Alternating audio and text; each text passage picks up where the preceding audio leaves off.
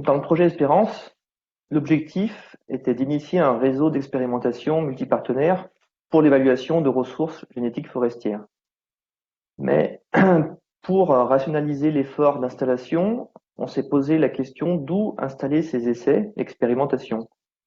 L'idée, en fait, c'était de développer une méthodologie qui permette de structurer efficacement le réseau sur le territoire de manière à ce qu'il réponde au mieux aux besoins de la filière.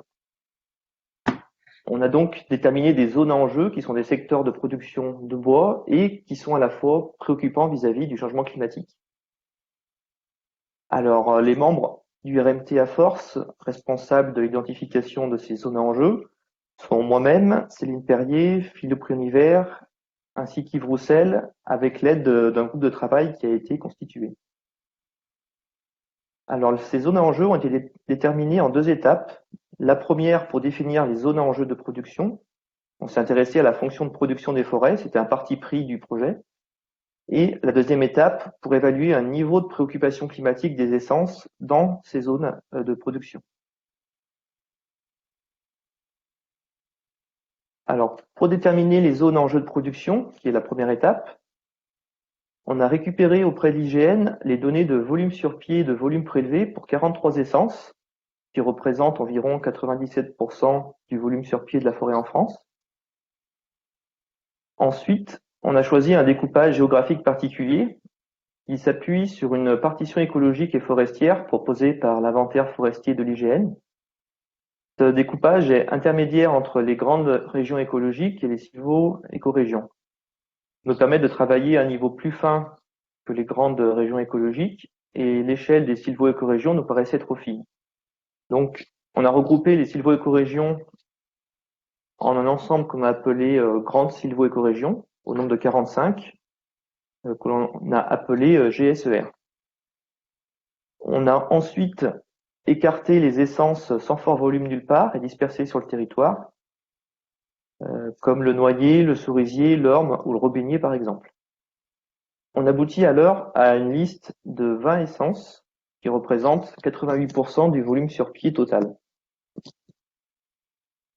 Ensuite, on caractérise pour chaque essence la production selon 3 variables, les volumes sur pied, les volumes prélevés et une valeur potentielle sur pied en euros qui a été estimée.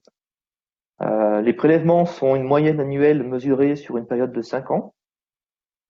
Et la valeur potentielle sur pied en euros est estimée en multipliant des prix de vente par diamètre par des volumes sur pied selon des classes de diamètre. Donc, on aboutit à une carte comme celle-ci qui caractérise la ressource.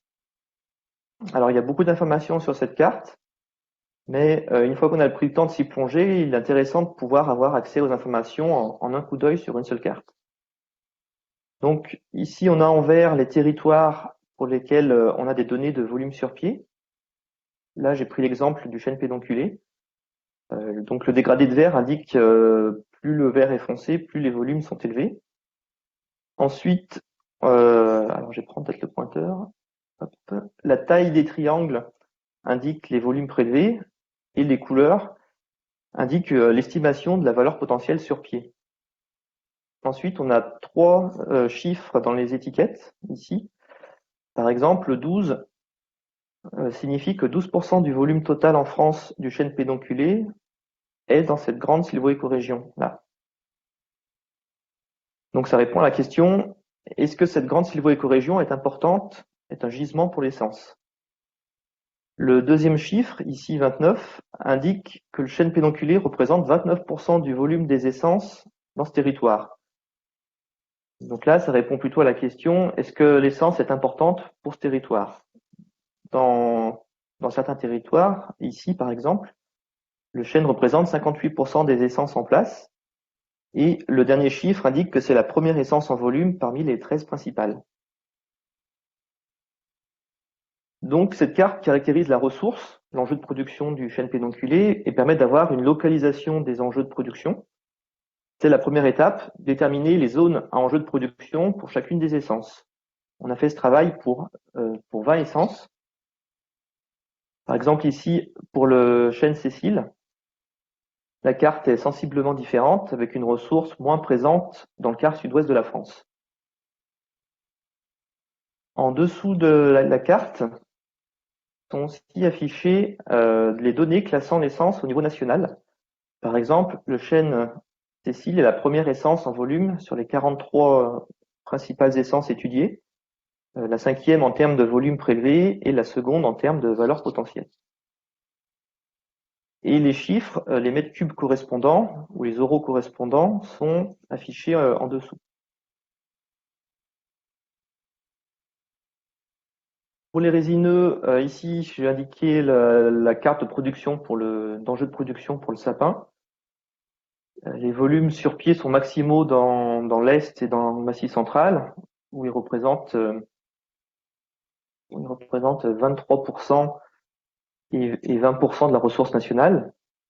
Le sapin, c'est la première essence en volume dans ces zones, tout en ne représentant que 27 et 22% du volume forestier dans ces grandes sylvo-écorégions.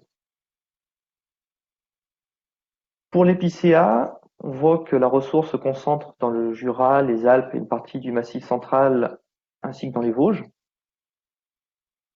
L'épicéa est en seconde position en termes de volume prélevé à l'échelle nationale, le Pas-Maritime étant en première position. L'intérêt en fait d'avoir ces zones en jeu de production, c'est surtout de pouvoir les croiser avec des modèles qui estiment une préoccupation climatique sur ces territoires. Alors c'est la deuxième étape qui vise à déterminer une préoccupation climatique des zones en jeu de production. Alors on a préféré utiliser ce terme de préoccupation plutôt que de risque ou de vulnérabilité. Et on a utilisé 3 modélisations qui ont été développées par 3 organismes partenaires. On a une modélisation de la surmortalité due aux conditions climatiques. C'est une approche développée à AgroParisTech par Christian Piedalu et Adrien Tacohen. Un second modèle qui modélise la vigilance climatique, qui est la probabilité d'observer un dépérissement. Alors c'est le modèle BioClimSol développé au CNPF par Jean Lemaire. Et enfin, une troisième modélisation de l'évolution de la compatibilité climatique, qui est le modèle IKS, développé à l'ONF. Et on a croisé ces 3 modèles avec les 6 variables de production affichées sur les cartes précédentes, tout simplement en multipliant les données de production par les données de préoccupation climatique modélisées. On aboutit à 18 variables exposées au changement climatique.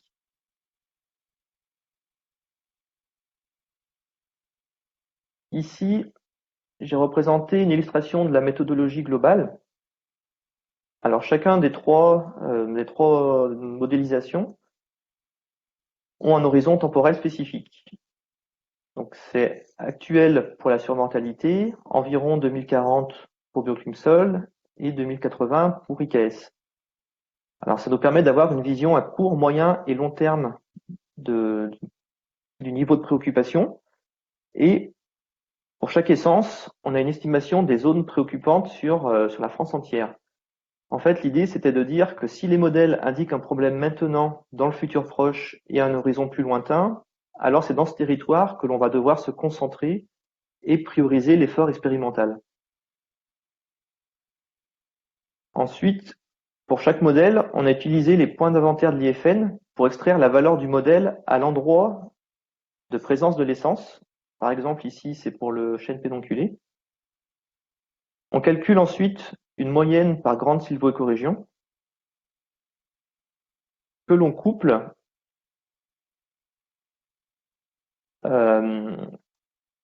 avec les données de production, c'est-à-dire les cartes de la première étape, en multipliant les deux pour finalement aboutir à des cartes de données de production exposées à une préoccupation climatique. Alors, quelles essences exactement ont été sélectionnées pour déterminer nos zones en jeu? Donc, ce sont les 10 essences de ce tableau. On avait choisi les 12 premières essences en termes de volume en France. Le frêne et le châtaignier ont été écartés à cause de problèmes phytosanitaires qui pouvaient compliquer l'analyse. Pour les 10 essences restantes, on a donc les modèles de préoccupation climatique. en sachant que la méthode est évolutive. Quand les modèles auront intégré d'autres essences, elles pourront être ajoutées dans l'approche.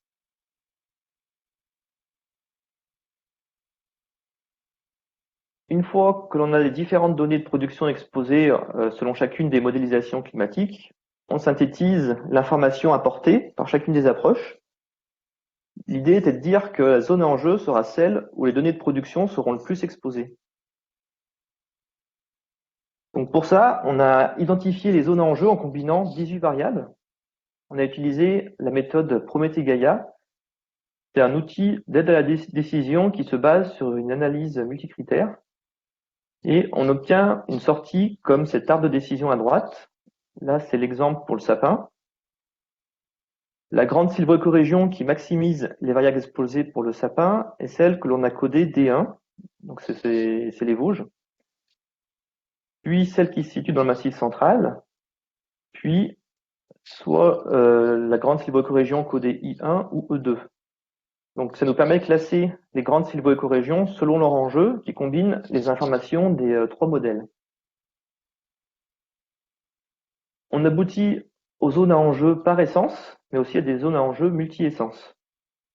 Avec l'approche par essence, on répond d'abord à la question « Quelles sont les essences dont l'enjeu est le plus fort en France parmi les 10 étudiés ?» Donc les essences avec le plus fort enjeu sont le chêne pédonculé en tête, suivi du sapin, puis du cécile, puis de l'épicéa, du hêtre et le Douglas plus loin. Ensuite, pour chacune de ces essences, on a cherché à savoir quels sont les territoires où l'enjeu est le plus fort. Donc ce sont les zones en rouge sur ces cartes. Par exemple, pour le pédonculé, c'est en priorité la Sologne orléanais. Pour le sapin ainsi que pour l'épicéa, c'est les Vosges. Pour le chêne Cécile, donc c'est le territoire en rouge ici. Et pour le Douglas, c'est plutôt dans le Massif central.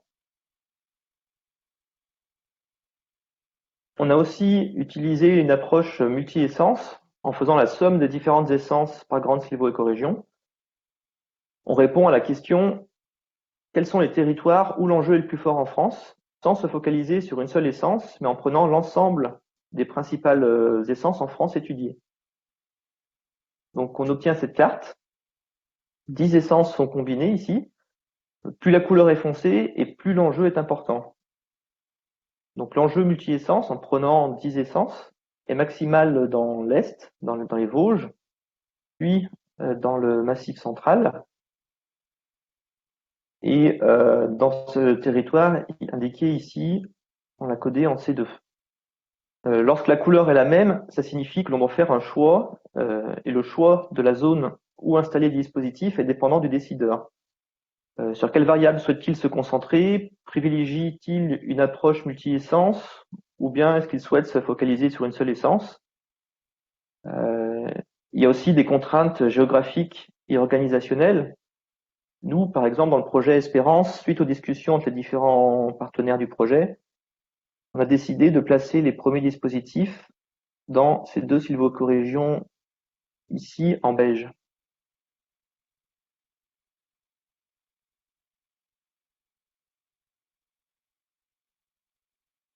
Alors, notre méthode a permis d'identifier des zones à enjeu qui sont reliées au fort volume sur pied, au prélèvement et à une valeur potentielle estimée comme étant dans une situation climatique préoccupante à plus ou moins longue échéance.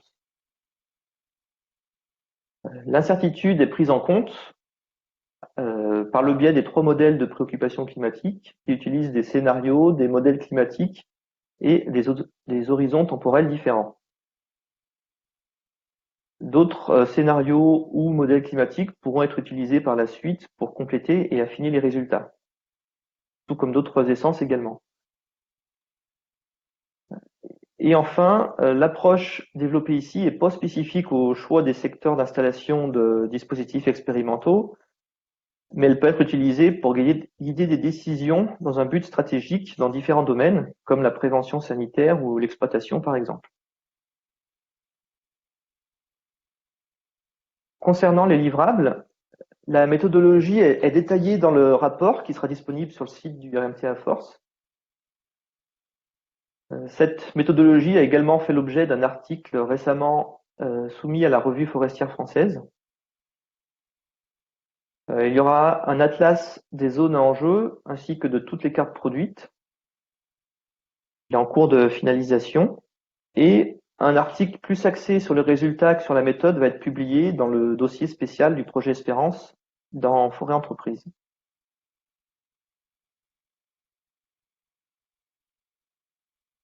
Pour les développements futurs liés à cette méthodologie, la méthode est évolutive. D'autres modélisations pourront être utilisées pour compléter et affiner les résultats que l'on a obtenus ici. Aussi, il est à noter que les enjeux locaux sont moins pris en compte car il y a une orientation de la méthode vers les plus forts volumes nationaux.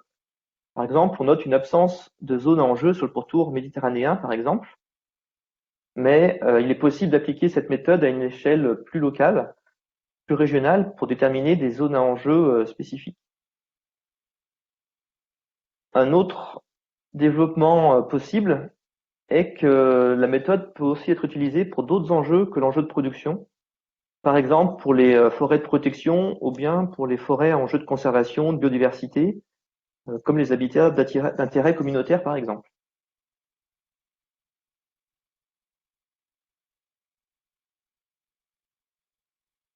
Et pour terminer, donc on remercie tous les financeurs ainsi que toutes les personnes qui ont été sollicitées à un moment ou à un autre sur le projet. Et je vous remercie de votre attention.